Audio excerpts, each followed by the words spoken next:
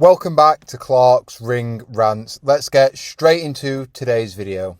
So, as we all expected, Tyson Fury beats Arslanbek Makhmudov via unanimous decision over 12 rounds in a near shutout. It was a pretty boring fight, definitely not one I'll be revisiting anytime soon. But Tyson Fury, he wins, he's back after his latest retirement, and he moves on to bigger and better things. Let's talk about it. Just before we go any further, if you could just go and drop a like on this video, 2 seconds out of your day, that's all it'll take, and I massively appreciate it. It helps the channel grow, and if you're not already subscribed, make sure you hit that subscribe button. We're closing in on 100 subscribers. I want to get there ASAP. Might not sound like a lot, but it means a lot to me. Back into the video. So in my pre-fight prediction video, which I'll leave a link to in the description, I picked Tyson Fury to beat Arslanbek Makhmudov. I said he'd do it on points, and really Tyson Fury shouldn't have too many issues with Arslanbek Makhmudov. Makhmudov's sort of tailor-made for Tyson Fury, and tailor-made for Tyson Fury to look good. If we look back throughout Fury's career, most of his best and most impressive performances have all come against fighters who are of similar dimensions to Arslanbek Makhmudov, i.e. Klitschko, Wilder. Now, I'm not comparing them skill-wise to Arslanbek Makhmudov because they're in a different stratosphere, but the dimensions are similar. Tall, a bit robotic, can be a bit crude, come forward, right-handed orthodox fighters. They're similar to what Tyson Fury's looked good against in the past, and I expected him to shine through in this fight. Maybe he'd have a bit of ring rust, which he'd need to shake off, which was evident in the first round, but once he got to grips, he'd use his footwork, his jabs, his feints, he'd switch here, and he'd be getting loads of different shots off on Makhmudov. I was sceptical about whether he'd stop Makhmudov, and ultimately I didn't pick him to stop him. And the fight pretty much went how I envisioned the fight to go. Tyson Fury, he was on top, he's a superior boxer, he's got the better movement, the better footwork, even though his footwork, his foot speed has definitely diminished, even from that last Usyk fight, but if you compare it going even back further in his career, he's definitely lost a step or two. However, it was still more than enough to deal with an opponent like Arslanbek Makhmudov, who really ran out of ideas after the first round. He's very crude, he's very predictable, he's very one-paced, and Fury made an easy night's work of it. I don't think he'll be too bothered. He didn't get the stoppage. It's a good win, good to get some rounds in, shake off a bit of that ring rust, and hopefully set him up for a big rest of the year.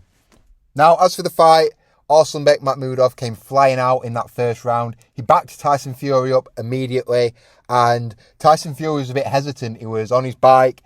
He had his wits about him in that first round. We know, for all his faults and his deficiencies, Arslanbek Makhmudov is still a puncher. And if he hits you, a man of that size, he catches you on the chin, you're going to know about it. So Tyson Fury was on his P's and Q's in that first round, making sure he didn't do anything silly and get clipped.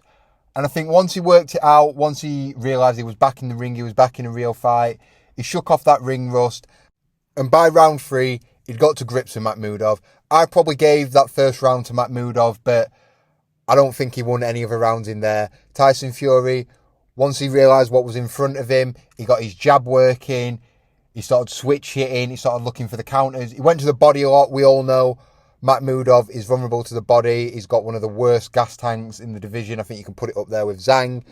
But yeah, Tyson Fury, once he weathered that early storm, he grew into the fight and his superior boxing skills began to show through.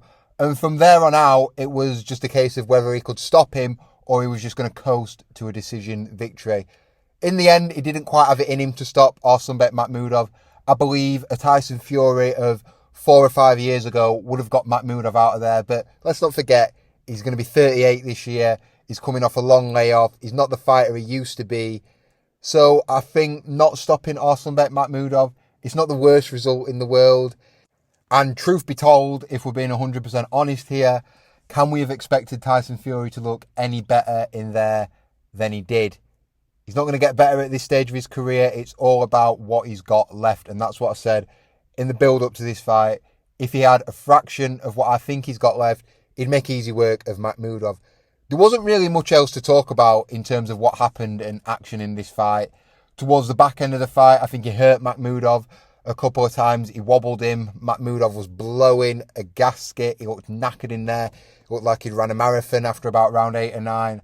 But Tyson Fury just couldn't find that extra gear to get him out of there. Even though in the corner, in between rounds, I think it might have been between 10 and 11 or 9 and 10, Sugar Hill posed the question to Tyson Fury, can you get him out of there?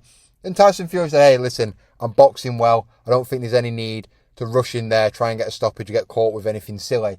So he saw the fight out, he kept switching in. The uppercut was there for Tyson Fury all night. In the later stages of his career, that's probably become one of his best punches. He's not great with the straight right hand. He throws it with a bit of an arc and a loop.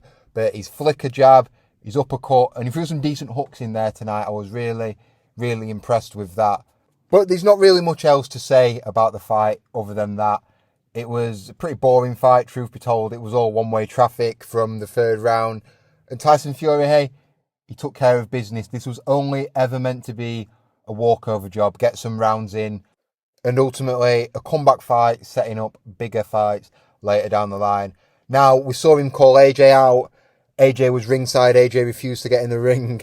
Tyson Fury was mouthing off at him, and AJ was like, listen, I've been here a million times. I've tried fighting this guy for the last 10 years, but it's always silly antics and games.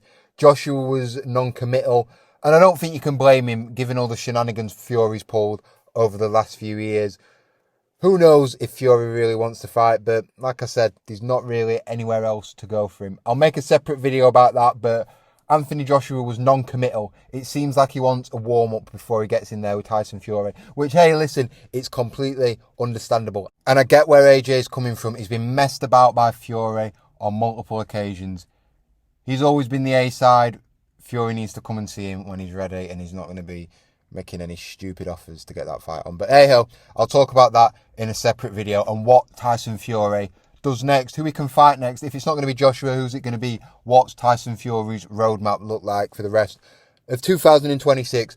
But yeah, just to confirm, Tyson Fury is back. He makes easy work of Arslanbek Makhmudov, a flat-footed plodder, tailor-made for him, and Fury absolutely schooled him. But what did you think about this fight? Were you impressed by Tyson Fury? Did you see some signs of slippage from him there?